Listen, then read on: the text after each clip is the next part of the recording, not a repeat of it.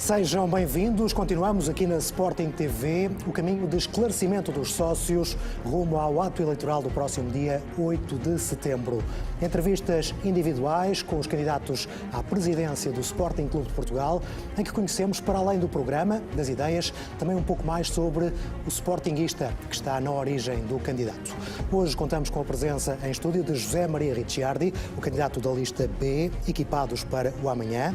E fica desde já um esclarecimento, tal como aconteceu em entrevistas anteriores, esta está a ser gravada por questões de agenda e está a ser gravada ainda antes do encontro entre Sporting e Feirense. José Maria Ricciardi, muito obrigado pela sua presença, mais uma vez aqui na Sporting TV. Bem-vindo. Muito obrigado também e mais uma vez tenho um grande prazer estar aqui na nossa televisão.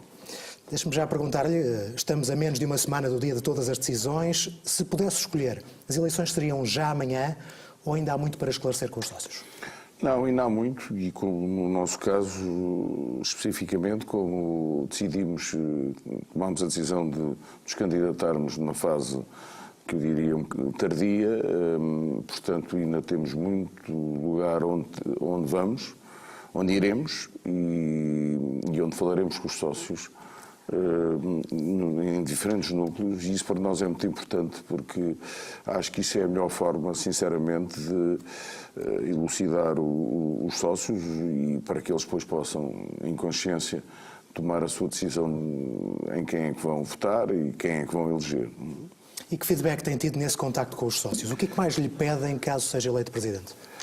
Não, eu tenho tido um feedback muito positivo e vejo uma certa preocupação dos sócios que têm comparecido aos meus encontros com um aspecto que eles já perceberam, que é que o Sporting não pode falhar outra vez. Ou seja, o Sporting, infelizmente, teve esta fase final destes últimos meses que todos sabemos. Isso prejudicou muito o Sporting sobre muitas áreas e, portanto, com aquilo que nós também temos explicado e que não tem a ver diretamente com o Sporting, mas tem, obviamente, a ver indiretamente, que é a alteração do futebol europeu e mundial, em que vai haver um fosso cada vez maior nas equipes que conseguem estar em certas posições e as que não conseguem. Eles estão, de facto, preocupados que o Sporting tenha, enfim, esteja em Portugal num lugar cimeiro, porque se não tiver, as consequências serão ainda muito piores do que eram no passado. O senhor disse que ainda é importante esclarecer os sócios nesta fase. Acha que há algo na sua mensagem que ainda não tenha passado de uma forma muito concreta? Alguma ideia que ainda pretenda passar e que não tenha conseguido? Eu acho que uma das partes, quer dizer, uma das mensagens que talvez não tenha passado é o equívoco de dizer que não sabemos de futebol ou que só falamos de finanças.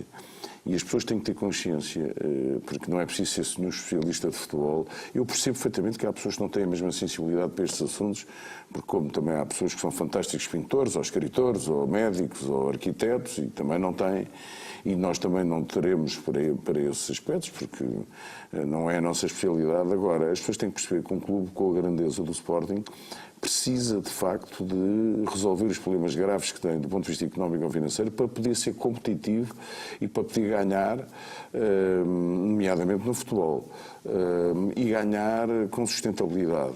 E para isso precisa de uma liderança. Nós já tivemos a oportunidade de dizer várias vezes que o Sporting já teve ótimas equipes de futebol, ótimos treinadores. Aliás, este último que cá esteve, enfim, era o melhor treinador português, no meu entendimento, dos que estavam em Portugal, o Jorge Jesus, e nós não ganhámos nenhum campeonato. Portanto, o problema não está aí, o problema do Sporting não reside aí, reside na sua divisão, na sua falta de coesão e também na falta de liderança. E agora há um aspecto novo, é que se o Sporting falhar novamente, as consequências serão ainda muito mais graves do que eram no passado, porque, como eu tive a oportunidade de dar o exemplo, o Benfica e o Porto este ano, se pontuarem, como é provável, nos grupos onde estão, e se algum passar então aos oitavos de final, vão receber entre 50 e 70 milhões de euros. Portanto, isso já é uma diferença absolutamente abissal para nós. E, portanto, este ano. E nós não podemos estar mais um ano assim e, portanto, os sócios é que vão ponderar quem é que tem essa capacidade de lhes dar, enfim, de haver uma maior probabilidade que isto corra bem, que a gente resolva os problemas financeiros e económicos do Sporting para podermos ganhar no futebol e também nas modalidades. Aí é continuar a ganhar. E, portanto, é esse o aspecto que eu quero transmitir aos sócios e quero, enfim, estou aqui para ganhar, como é óbvio, porque eu não tinha concorrido, mas se por acaso isso não acontecer, quero que pelo menos os sócios ganhem a consciência do momento crítico em que nós estamos e em que, se algum experimentalismo não funcionar, as consequências serão muito difíceis para o nosso querido Sporting. Porquê escolheu o lema Equipados para o Amanhã? Porque nós achamos que estamos equipados para o amanhã e o amanhã é o dia 9 de setembro, não é? Porque isto é tudo muito bonito, fazem-se muitas propagandas, aparecem-se com os jogadores, enfim, vêm uns da Argentina, outros do Norte da Europa, depois vêm-se os mesmos jogadores, infelizmente, a representar outros clubes nos sorteios da UEFA, mas isso, enfim, isso deixa à consideração também daqueles que estão a avaliar as candidaturas. Mas isso sinceramente, é folclore.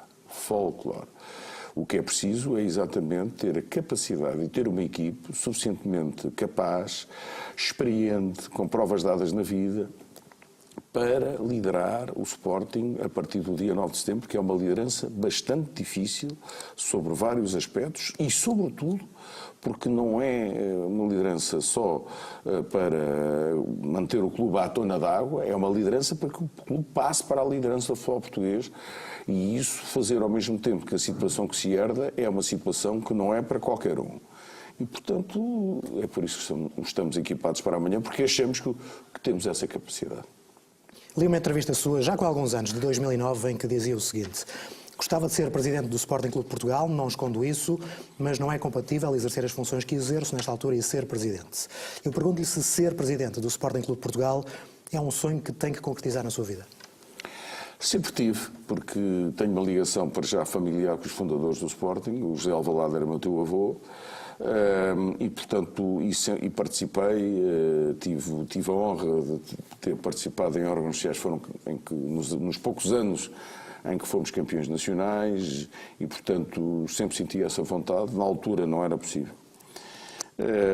E, portanto, agora houve esta oportunidade, ponderei e já sabia que era melhor agora, mais tarde, seria talvez tarde demais, porque eu também já tive a oportunidade de dizer que venho com uma equipe experiente e com jovens, mas com uma equipe experiente para resolver os problemas do Sporting, mas mal sentamos que conseguimos atingir os nossos objetivos, queremos passar o testemunho à nova geração. E tem algum prazo para que isso aconteça?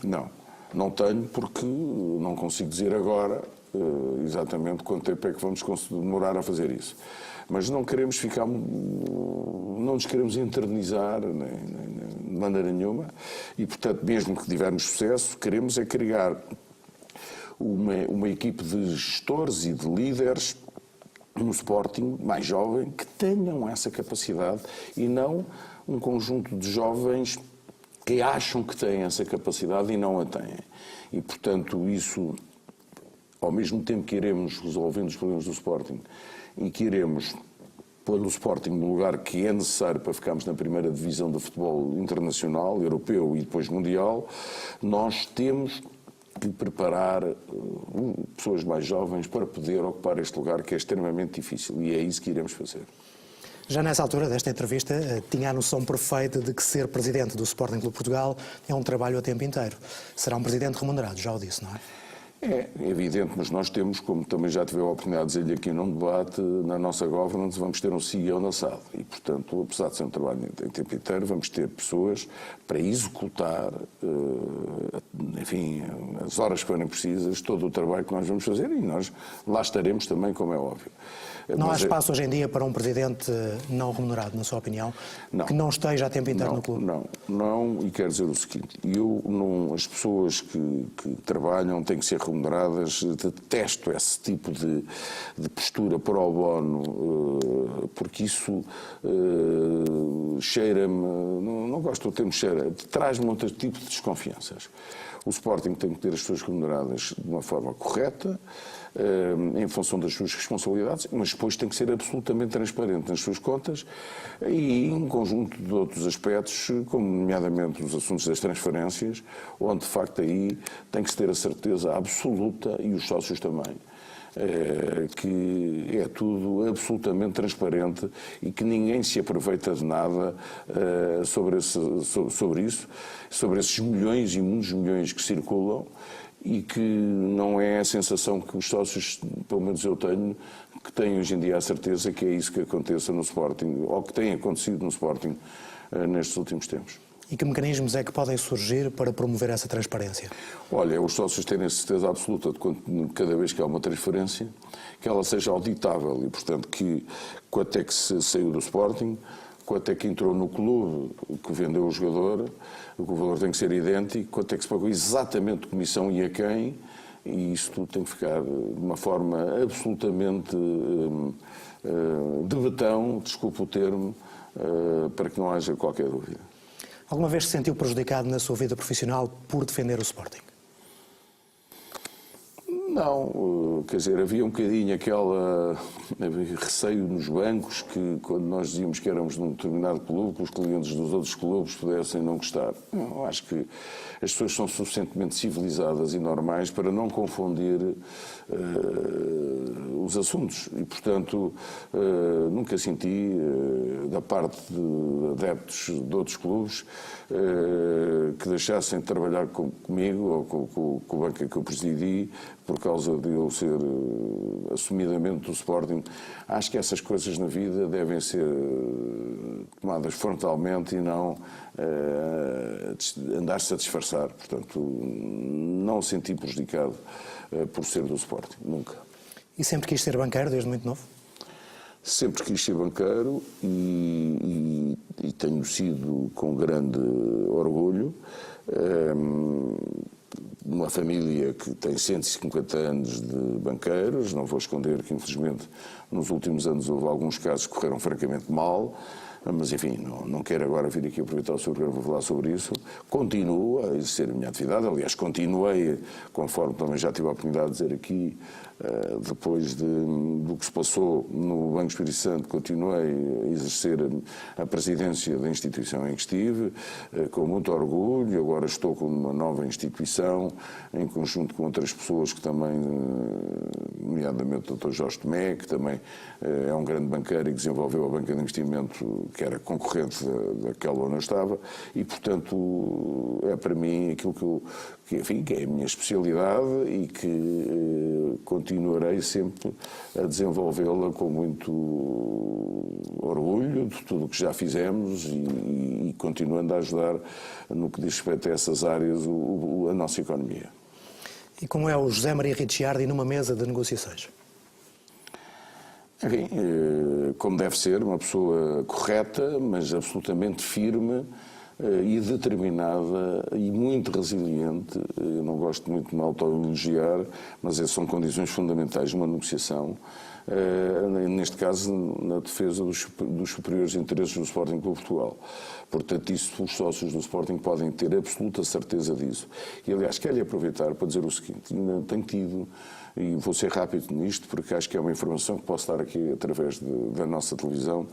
Tenho tido muitas perguntas de uma gravação ilegal que me foi feita há uns anos, nomeadamente há 5, se não estou em erro, em que eu dizia ao Dr. Bruno Carvalho que se calhar a única solução para o Sporting sair da situação em que se encontrava naquela altura era perder a maioria da SAD. E eu quero aqui aproveitar para explicar aos sócios o seguinte: de facto a situação era de tal maneira dramática, e estamos a falar no tempo do engenheiro Luís Godinho Lopes, que o Sporting não tinha dinheiro para pagar os salários dos seus jogadores e dos seus atletas, mas aqui estamos a falar daquilo que é mais sensível para os sócios, que são os jogadores de futebol, e que, como sabe, se o pagamento não se verificar ao fim de 2 meses, os jogadores têm em qualquer clube, e estávamos perto disso, de rescindir por justa causa.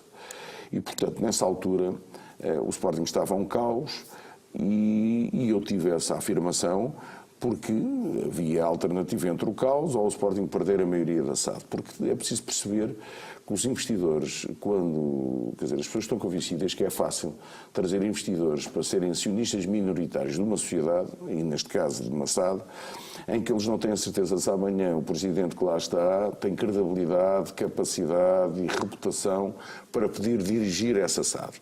E, portanto, eu queria aproveitar aqui o programa para dizer a todos aqueles que às vezes se perguntam isto, que não é fácil obter investidores com montantes importantes, como agora vamos precisar, e eles manterem-se minoritários. É preciso ter uma grande credibilidade e uma capacidade e uma determinação muito grande, por causa da sua pergunta, da negociação.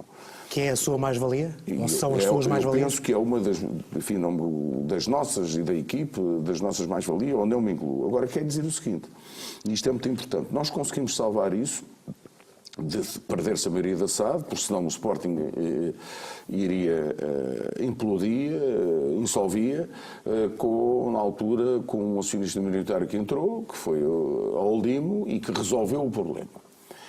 E não se importou de ficar acionista minoritário.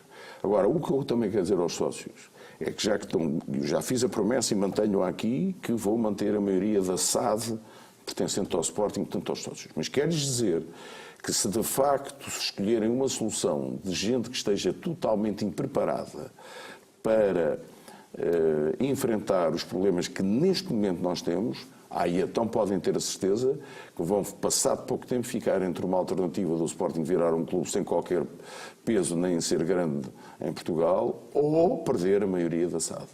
Porque se não há nenhum candidato que diga que coloque essa possibilidade em cima da mesa. Eu não coloco. Nenhum candidato coloca. Pronto, mas o que eu acho é que, senão não estava a candidatar, os outros candidatos não têm essa capacidade. Portanto, o que eu quero avisar os sócios é que se os outros candidatos, que eu acho que não têm a capacidade para enfrentar os problemas que o Sporting tem agora, algum deles ganhar,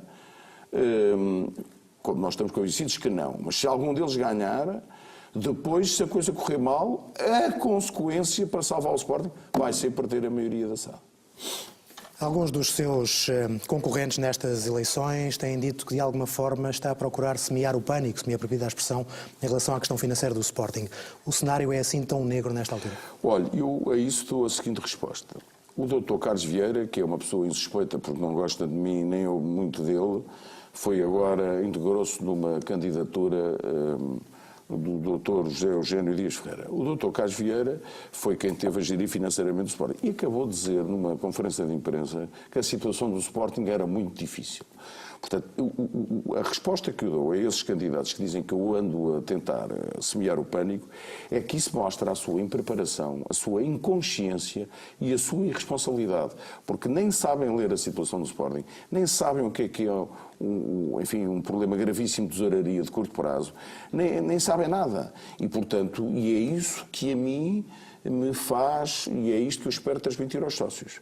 É isso que me mete, como é que eu ia dizer, um grande receio, que é esta irresponsabilidade, esta inconsciência da situação. Porque uma pessoa só pode estar preparada para a resolver se tiver consciência da sua gravidade.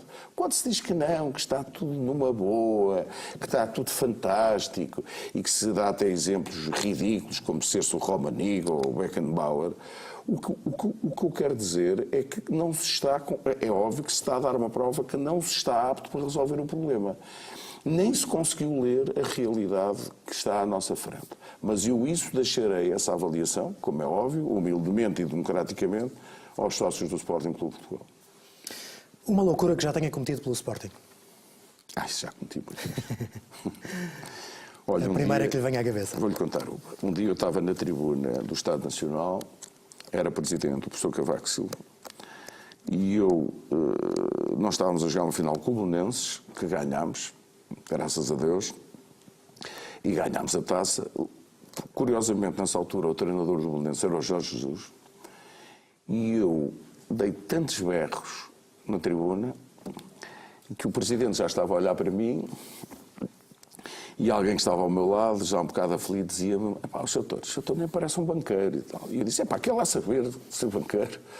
E, portanto, isto foi uma loucura, estava tudo assim um bocado impressionado com o meu nervosismo e, enfim, e a minha, enfim, proatividade numa tribuna onde é suposto estar tudo, como sabe, muito tranquilo e tal, e eu, por causa do sofrimento que estava a ter com o Sporting, ao contrário que os meus concorrentes querem, às vezes querem transparecer que eu só falo de números, eu tenho uma enormíssima paixão pelo Sporting Clube de Portugal, enfim, e por todos os seus sócios e por toda a sua gente, e fico muito sensibilizado, vejo famílias inteiras que, enfim, que infelizmente nestes últimos anos não têm tido grandes alegrias, o amor que eles têm ao Sporting, isso a mim toca-me fundo quando os vejo, acho uma coisa extraordinária, acho um clube único em Portugal.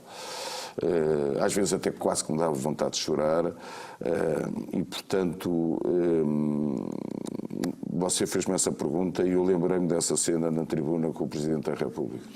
E há lugar para a emoção do adepto na presidência do Sporting, ou é um cargo que deve ter racionalidade absoluta? Tem que haver emoção, porque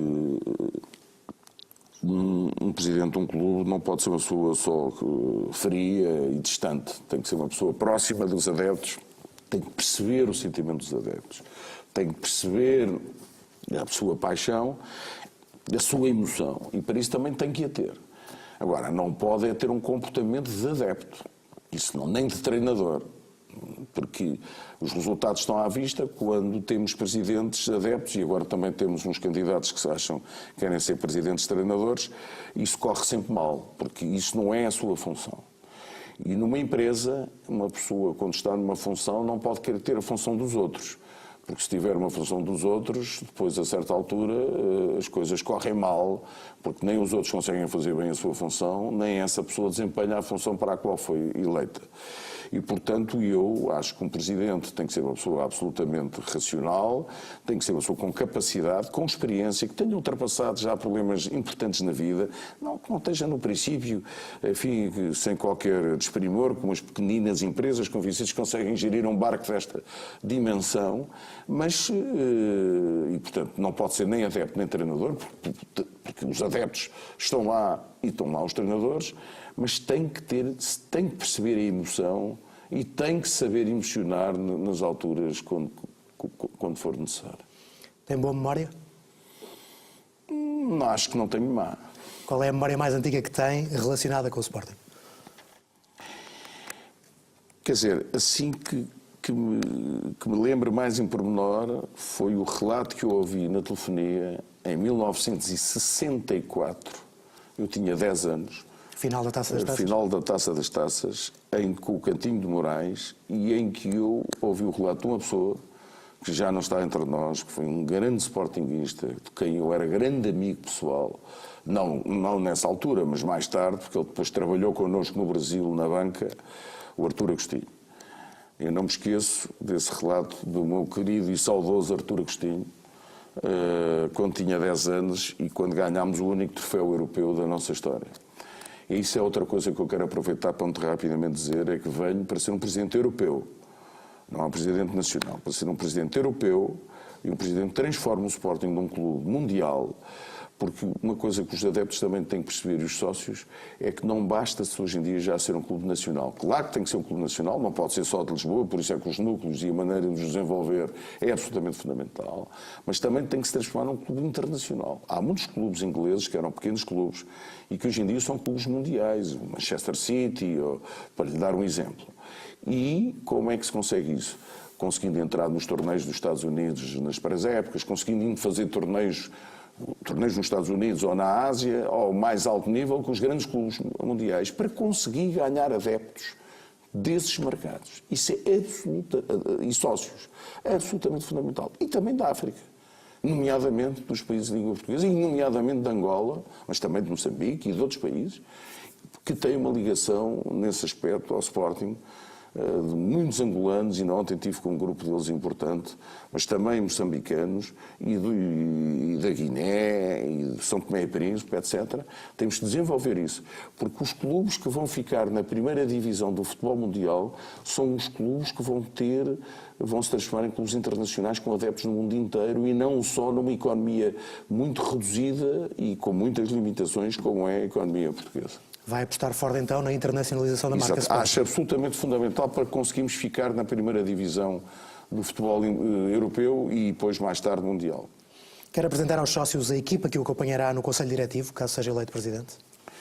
Bom, eu, enfim, não queria agora estar a falar nome a nome, acho que eles sabem, leram, mas é uma equipe de gente seríssima, que tem todos uma característica muito importante.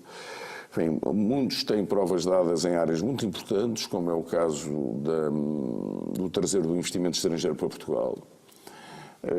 Tenho uma pessoa que está no Conselho Diretivo que foi vice-presidente do AICEP e outro que está no presidente da mesa da Assembleia Geral que foi presidente do AICEP, como sabe, é o organismo do Estado para fomentar o investimento estrangeiro em Portugal, o investimento direto e indireto. Tenho gente com grande capacidade em outras áreas, ou empresários com provas dadas, como o Dr. Alexandre Cavaleri, que é um grande sportinguista, já foi um grande judoca e que tem um grande amor ao clube e cuja irmã vai fazer parte do nosso gabinete olímpico, porque foi uma atleta olímpica. Tenho pessoas como o José Eduardo, aqui hoje demonstrou num órgão de comunicação social, enfim, importante, os seus conhecimentos no futebol, que são absolutamente indiscutíveis. Sei depois que nós somos um país de invejosos, de gente maldizente, mas isso, para mim, não afeta nada, porque nós temos é que ganhar coesão com as pessoas capazes, como é o caso do José Eduardo, que é quem se tem feito as maiores injustiças, um sportinguista que toda a vida serviu o Sporting de uma forma completamente desinteressada, mas enfim, isso também deixarei para a avaliação dos sócios. Tenho gente como o Coronel Jorge Goreta, que teve, antes de ter decidido, por razões dele próprio, a trabalhar afincadamente nas modalidades, é um conhecedor profundo da área das modalidades, e tenho depois um conjunto de outras pessoas, enfim, eu não quero estar aqui a referir nomes em especial, mas lembrei-me agora do Dr. André Picado, que é um financeiro fantástico, e são tudo pessoas com grande capacidade, com grande coesão, e que nos vão levar, não tenho dúvidas nenhumas, à vitória e à liderança, portanto, pôr o Sporting na liderança do futebol português, conseguindo resolver o problema complicado, não é querer gerar pânico, mas muito complicado que o Sporting tem neste momento do ponto de vista económico e financeiro. O que é que Marco Canário e Jorge Cadete podem trazer ao Sporting? Olha, esses serão dois de uma equipe que vai ter outros ex-capitães do Sporting e que deram muito ao Sporting e que têm muitos conhecimentos na área do futebol. Mas nesses dois, porque alguns das pessoas que nos irão acompanhar já estão no Sporting e eu, ao contrário de outros candidatos, não digo os nomes porque, como sabe, houve uma combinação em que não se podia estar a falar de pessoas que estão neste momento a trabalhar no Sporting em relação às candidaturas, portanto eu não o farei.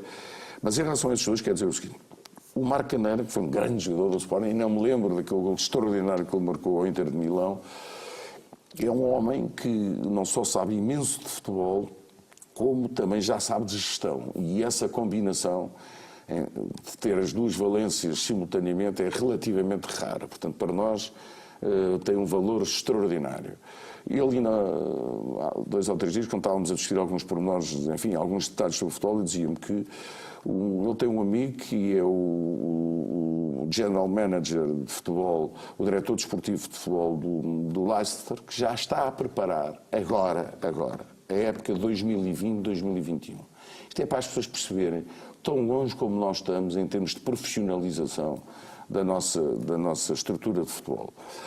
O Jorge Cadete, que foi um dos melhores avançados que o Sporting tem um conhecimento não só nacional como internacional do futebol, não só nos vai ajudar a internacionalizar o nosso clube, porque é uma pessoa que teve essa experiência. Além disso, nós, na formação em Alcochete, o Sporting, como sabe, adotou um tipo de formação individual, porque há 2 tipos de formação, se você quiser. Aqueles clubes que fazem formação de um sistema de jogo, que é sempre o mesmo, que é o caso do Barcelona, portanto, em que os jovens são habituados e são formados no sistema de jogo do Barcelona. Nós, no Sporting, optámos por um sistema de jogo individual e formar jogadores que se adaptam a diferentes sistemas de jogo. E vamos ter um gabinete de alto rendimento onde serão escolhidos os jovens com maior potencial para ainda lhes ser dado uma formação ainda mais afinada, e nesse gabinete de alto rendimento o Jorge Cadete vai se juntar. Porquê? Porque o Sporting tem sido extraordinário a formar guarda-redes, a formar defesas, a formar jogadores de meio campo, tanto 6 como 8, estou-me agora a lembrar do Adriano e do William, a formar extremos, mas não tem sido tão eficaz a formar avançados centro, pontas de lança. E nós temos que também começar a conseguir, com o mesmo sucesso que formámos, teremos jogadores de meio campo, defesas ou guarda-redes, temos também que conseguir formar jogadores pontas de lança, avançados centro. E o Jorge Cadete, que tem um grande conhecimento exatamente como é que com outros que se irão juntar a nós, que eu não direi o nome, vamos, nesse gabinete de alto rendimento, começar a formar jogadores de grande valia, coisa que nem o Benfica nem o Porto também têm conseguido, como pontas de lança. Excluindo esses nomes que ainda não pode revelar-se, até a final da campanha eleitoral, vão surgir mais nomes da sua estrutura global ou não? É possível, mas eu quero dizer que os nomes para mim não é um folclore uns jogadores que aparecem do estrangeiro. Não, para mim os nomes são pessoas que vão trabalhar com funções absolutamente... como eu agora lhe dei os 2 exemplos, do Marco Caneira, que vai ter funções na SAD, de exatamente fazer a ponte entre a gestão e o futebol, ou o Jorge Cadete no gabinete de alto rendimento. Portanto, não vou vir com nomes para o folclore de rua, não me leva a mal, porque isso não interessa nada, não resolve absolutamente problema nenhum do Sporting Clube de Portugal. Consigo na presidência, deu há pouco o exemplo de Jorge Jesus, o nome do treinador da equipa de futebol é indiferente? Não, de maneira nenhuma. Mas o que eu acho é que foi escolhido pelo Presidente Sousa Sintra, que aliás aproveito mais uma vez para o felicitar pelo magnífico trabalho que tem feito em circunstâncias tão difíceis, e acho que o Sporting e todos os sportinguistas devem dar um grande obrigado ao Presidente Sousa Sintra, José Sousa Sintra, pelo trabalho extraordinário que tem feito e que conseguiu reverter uma parte da situação muito complicada que nós herdámos, e se nem isso tivesse sido feito, se calhar então teríamos uma situação ainda muito pior. O Presidente Sousa Sintra escolheu o treinador José Peseiro, que é um grande treinador, é o nosso treinador, e que tem feito, perante uma equipe, desculpe lá o termo um bocadinho, enfim, forte, uma equipe que veio escaqueirada, conseguiu, em pouco tempo, com o atraso que teve em relação aos outros concorrentes, aos rivais, tanto na organização desta época, como na preparação física, etc., está em primeiro lugar, depois de ter ido ao Estádio da Luz, e esperemos que hoje, como todos tenho a certeza sportinguistas, sejam aqueles que simpatizem connosco, sejam outros, ganhamos hoje ao Feirense e continuemos no primeiro lugar da Primeira Liga, o que é notável face a tudo o que tivemos antes do início desta época. Vou recordar que estamos a gravar a entrevista ainda antes do jogo entre Sporting e Feirense, será emitida neste domingo à noite. Tendo em conta o seu conhecimento sobre a situação financeira, qual deverá ser o orçamento ideal para o futebol nesta altura? Isso eu não lhe consigo dizer em pormenor, porque tem que ser com certeza um orçamento parecido com o do Benfica e do Futebol Clube do Porto. Isso com certeza, porque senão vai ser muito difícil a gente ganhar. Agora, não tem necessidade de haver 81 jogadores como havia, agora parece que já há menos, porque alguns foram ou emprestados ou colocados, ou vendidos, mas 81 jogadores acho um exagero. E acho que a gente tem que se concentrar num número menor, isto salvaguardando a formação, deve-se concentrar num número menor de jogadores, porque isso permite-nos, não precisamos de 81 jogadores, e isso permite-nos ter jogadores de melhor qualidade com um número menor. Acho 81 jogadores manifestamente um exagero e, portanto, nós vamos continuar este trabalho, termos um número menor, de maior qualidade para conseguirmos ganhar, obviamente, não falando de todos os jogadores que vão vir da formação.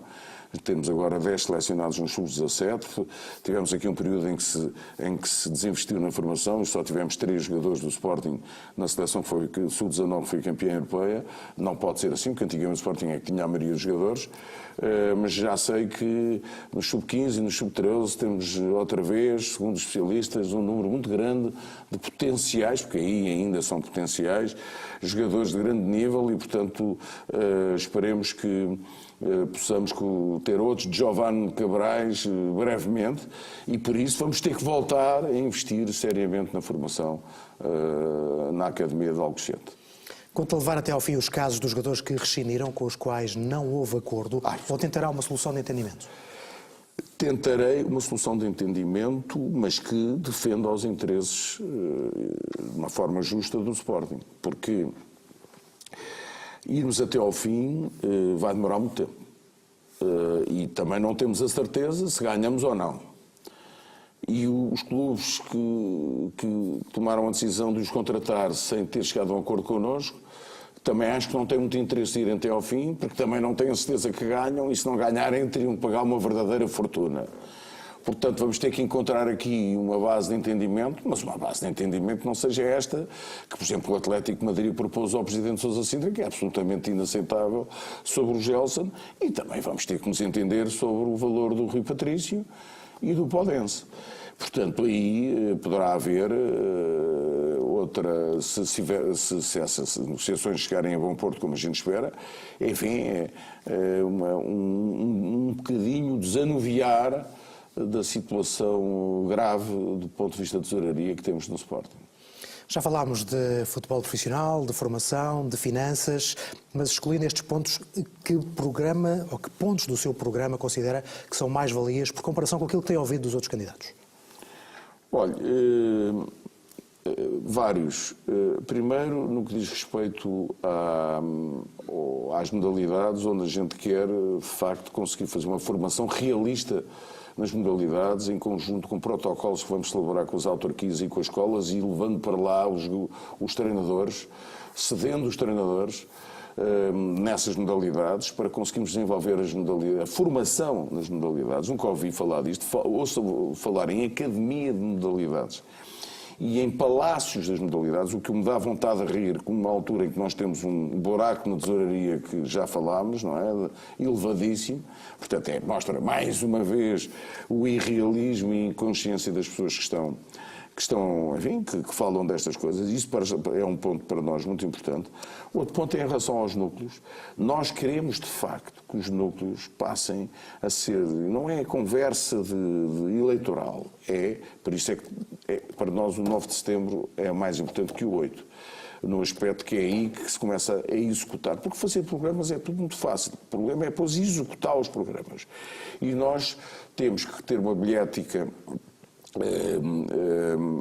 digitalizada nos núcleos, que lhes permita aceder com facilidade a bilhetes para os jogos em Alvalade, mas não só para os jogos em Alvalade, como para os jogos fora. Há muitos sportinguistas que estão em Braga, em Guimarães, em Coimbra, em Évora ou em Faro, que querem ir a jogos fora do Sporting, e nomeadamente até quando o Sporting vai ali perto, de onde eles estão a residir ou a trabalhar, e não há bilhetes nos núcleos para eles. Isto temos que resolver este problema. Como outros, temos que permitir que eles possam ter acesso ao merchandising do Sporting nos próprios núcleos, como outro aspecto muito importante que é termos um cartão único de sócio, de membro do núcleo e até de Gamebox, para não ser esta panóplia sem fim de cartões, para simplificarmos o processo. E depois, outra coisa que eu quero dizer aqui que ninguém fala, é que nós temos 3,5 milhões de adeptos, mas nós não conseguimos subir o número de sócios para o número de adeptos que temos, e só se consegue com o fortalecimento dos núcleos, sejam eles nacionais ou internacionais.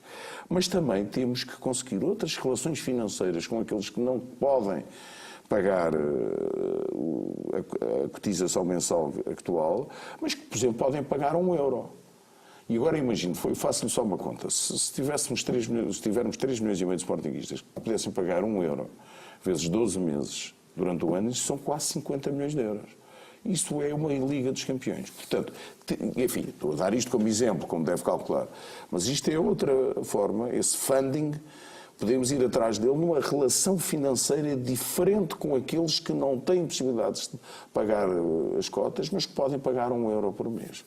E é isso que também vamos desenvolver para acrescentar mais receita ao Sporting, porque conforme eu já tive a oportunidade de dizer aqui também, o Sporting tem que passar a ter resultados operacionais positivos. As suas receitas correntes têm que ser superiores às suas despesas correntes, para que o Sporting não seja obrigado a vender jogadores para poder ter lucros. Isto é a gestão sã, é a gestão sustentável, que grandes clubes são grandes exemplos disso, como é o caso, por exemplo, do Bayern de Munique, o fazem já há muitos anos. Há candidatos que têm mesmo um número de sócios que pretendem atingir no seu mandato, caso sejam presidentes do Sporting Clube de Portugal. Tem algum número que queira atingir também? Não, acho que isso, ter um número, não vale nada. Eu quero atingir o maior número possível de sócios, mas para isso é preciso, de facto, uma aproximação aos núcleos, sejam eles nacionais, sejam internacionais, porque dentro da internacionalização do Sporting é fundamental desenvolver os núcleos em Angola, nos Estados Unidos, na Ásia, por aí fora. E, portanto, nós temos que criar esses núcleos e depois temos fazer com que esses núcleos se sintam de utilidade até para a sua região. Podemos fazer conferências e levar pessoas através dos núcleos que tenham interesse para as pessoas da região, não necessariamente só pessoas do Sporting Clube de Portugal. Portanto, os núcleos têm que passar. Nós somos o Sporting Clube de Portugal, não somos o Sporting Clube de Lisboa.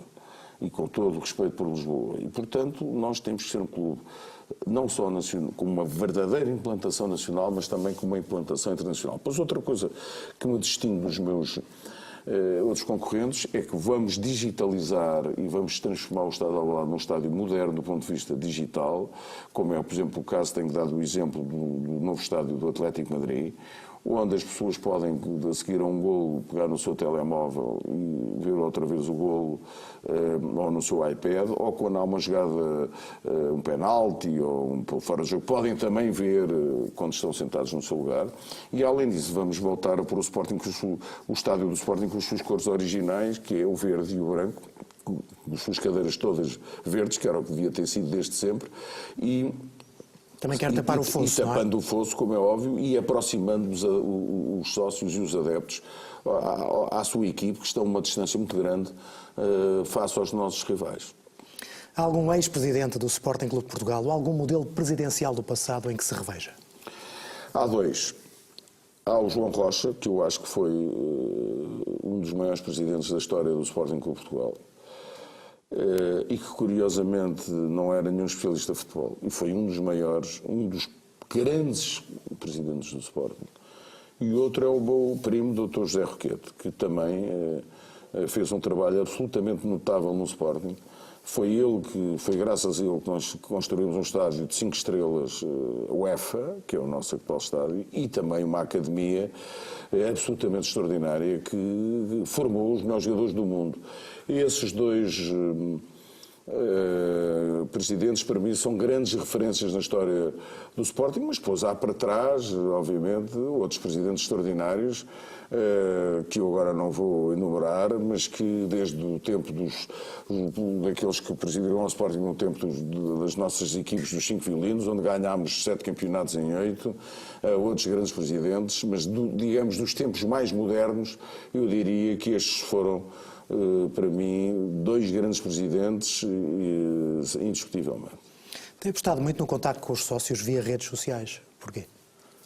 Sim, porque é uma forma de chegar aos sócios mais jovens. Não quer dizer que encontram-se muitos sócios menos jovens também nas redes sociais. É um engano quando se pensa que só os jovens é que frequentam. Mas é uma forma, digamos, moderna e atual de poder contactar e, sobretudo, de ouvir as suas perguntas, os seus apoios, mas também perguntas, sugestões, comentários e críticas. E também tenho falado com pessoas e com sócios que não estão a pensar em votar em mim e que me fazem críticas e que eu tento explicar. E acho que isso é um dever que eu tenho que fazer mesmo com aqueles que não irão votar em mim. E que importância dará às redes sociais do Sporting Clube de Portugal, caso seja eleito, também às restantes plataformas, o jornal e o Sporting? Não vou utilizar o Facebook para aquelas cenas tristes que assistimos nos últimos anos com o anterior Presidente, isso de maneira nenhuma, nem vai ser utilizado para insultos nem para outras coisas. Agora, vou utilizar as redes sociais para ouvir os sócios. Aquilo que eu estou a fazer... os órgãos oficiais do clube. Exato. Agora, aquilo que eu estou agora a fazer como candidato, que é ouvir através das redes sociais, seja no WhatsApp, seja nos Facebooks, live, os sócios, vou fazê-lo regularmente quando for presidente do Sporting, porque não quero perder o contacto com qualquer sócio e ouvir-lhe suas sugestões, seus comentários e as suas críticas. Isso farei seguramente, tanto através disso, como através, como sabe, do Conselho Estratégico, onde tenciono convidar pessoas que não pertenceram nunca à minha lista e que pensam de maneira diferente, porque eu acho que o problema principal, aquilo que é o mais grave do Sporting, é de facto a falta de coesão que nós temos dentro da nossa família. Jornal Sporting e Sporting TV. Absolutamente fundamentais para transmitir a todos estes milhões de adeptos e sócios o dia-a-dia do nosso clube, não só das suas modalidades e do futebol e de todos os acontecimentos em todos os escalões, etc., como vocês fazem muito bem, mas também para usá-los também como forma deles poderem interagir com o clube, como agora falámos das redes sociais, e dizer aquilo que pensam e como é que estão a avaliar o clube.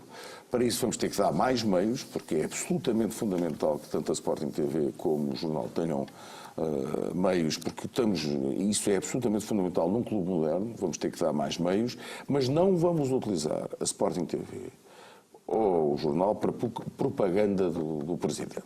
Não será isso. A Sporting TV e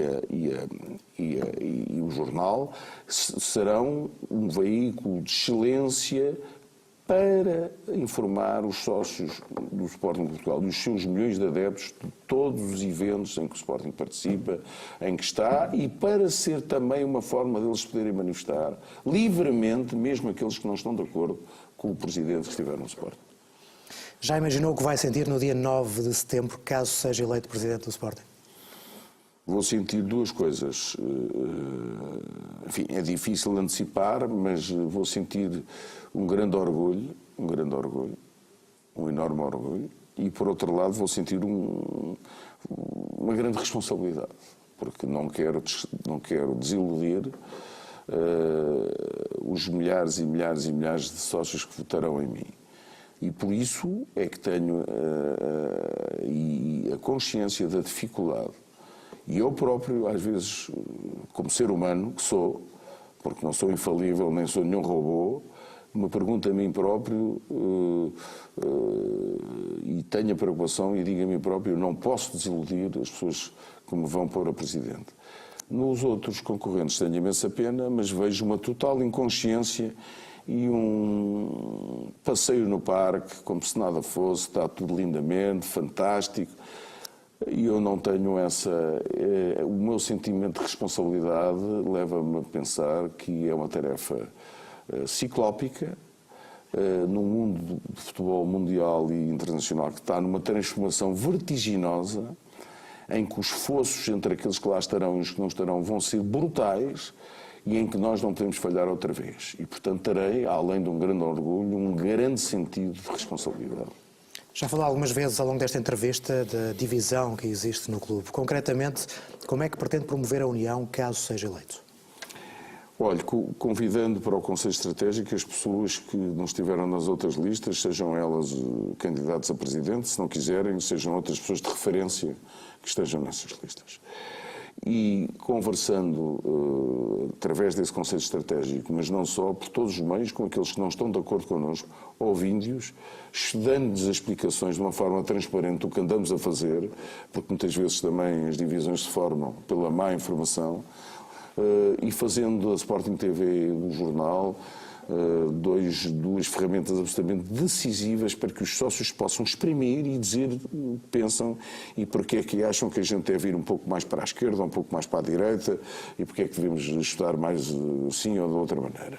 É assim, conversando com todos, considerando-me presidente de todos, é que eu vou, e com uma capacidade de liderança, porque isto sendo liderança não se consegue a dita coesão que nos tem faltado. Também lhe quero dizer aqui, com toda a humildade, que se por acaso não ganhar, não é o que eu penso, mas se por acaso não ganhar, já o disse e volto a repetir aqui, quem ganhar será o meu presidente e eu não irei fazer oposição a quem ganhar, porque tenho a perfeita consciência que o Sporting hoje em dia precisa de coesão ganhe quem ganhe, e eu espero ser eu, mas se não for o caso, irei importar exatamente dessa forma. Quer deixar uma mensagem aos sócios? Quero dizer aos sócios que podem contar connosco para vos ouvir, podem contar connosco para vos dar as alegrias que vocês, muitos de vocês, que até aos 20 e picos anos não têm, que é nomeadamente verem o Sporting campeão nacional no futebol, porque fomos há 16 anos e, portanto, só a partir dos 20 e muitos anos é que se poderão lembrar disso. Quero garantir a todos os sócios e sócios do Sporting que vamos ter um clube civilizado, com uma determinação férrea a defender os superiores interesses do Sporting de Portugal, mas honrado e civilizado. Não seremos outra vez palco de vergonhas, nem das cenas que assistimos nestes últimos tempos, nunca mais. Vocês vão sentir uma coisa que com certeza muitos de vocês sentiram, que foi vergonha do que viram na direção do vosso querido clube. E quero, sobretudo, fazer com que vocês tenham uma grande felicidade com as vitórias que merecem, porque são uns sócios, uns adeptos extraordinários que depois de tantos anos sem conseguirmos chegar ao primeiro lugar, continuam fiéis e com uma paixão e um grande amor ao Sporting Clube de Portugal. É isso que eu quero fazer com vocês. Muito obrigado, José Maria Ricciardi, por ter vindo hoje à Sporting TV. Muito obrigado. Continuamos a ouvir os candidatos à presidência do Sporting a caminho do dia decisivo, o dia das eleições, o dia 8 de setembro. Amanhã será a vez de Pedro Madeira Rodrigues estar aqui comigo em mais uma entrevista exclusiva. Continuem com a Sporting TV, nós contamos sempre consigo.